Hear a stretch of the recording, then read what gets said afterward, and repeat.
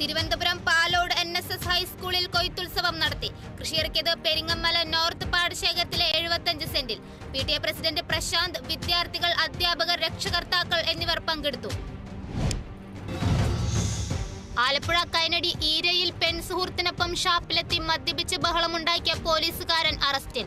അറസ്റ്റിലായത് കോട്ടയം ക്രൈംബ്രാഞ്ചിലെ ഡ്രൈവറും സിവിൽ ഓഫീസറുമായ ദീപക്. അന്താരാഷ്ട്ര തീര ശുചീകരണ ദിനത്തിന്റെ ഭാഗമായി മലപ്പുറം പൊന്നാനി കടൽ തീരം ശുചീകരിച്ചു.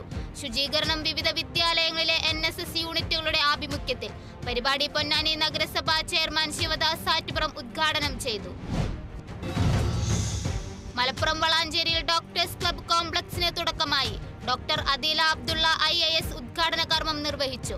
പ്രവർത്തനക്ഷമമായത് ഡെന്റൽ ഡോക്ടർമാരുടെ കൂട്ടായ്മയ്ക്കായി നിർമ്മിച്ച കെട്ടിടം.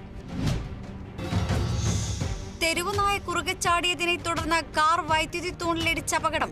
അപകടത്തിൽപ്പെട്ടത് ഷൊർണൂർ കൊടുങ്ങല്ലൂർ സംസ്ഥാന പാതയിൽ അച്ഛനും മകളും സഞ്ചരിച്ചിരുന്ന കാർ. എയർബാഗ് പ്രവർത്തിച്ചതിനാൽ ആർക്കും പരിക്കില്ല. വൈദ്യുതി തൂൺ തകർന്ന വൈദ്യുതി വിതരണം താറുമാറായി. തൃശൂർ കണ്ണംകുളങ്ങര സെന്ററിൽ നിർത്തിയിട്ടിരുന്ന ഓട്ടോറിക്ഷയ്ക്ക് തീപിടിച്ചു. കത്തി നശിച്ചത് ലിജോ എന്നയാളുടെ ഓട്ടോറിക്ഷ. അഗ്നിരക്ഷാസേന തീയണച്ചു. തൃശൂർ ചാവക്കാട് കോട്ടപ്പുറത്ത് CPIM കോൺഗ്രസ് സംഘർഷം. നഗരസഭാ കൗൺസിലർ അടക്കം 5 പേർക്ക് പരിക്ക്.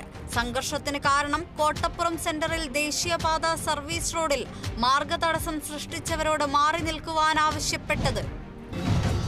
ന്യൂസിലാൻഡിലേക്ക് അനധികൃത നഴ്സിംഗ് റിക്രൂട്ട്മെന്റ് നടക്കുന്നുണ്ടെന്നും ഉദ്യോഗാർത്ഥികൾ ജാഗ്രത പാലിക്കണമെന്നും വിദേശകാര്യ മന്ത്രാലയം. ജാഗ്രതാ നിർദ്ദേശം. കേരളത്തിൽ നിന്നുള്ള നഴ്സിംഗ് പ്രൊഫഷണലുകൾ വിസിറ്റിംഗ് വിസയിൽ അനധികൃതമായി ന്യൂസിലാൻഡിലെത്തുന്നത് ശ്രദ്ധയിൽപ്പെട്ടതിനെ തുടർന്ന്.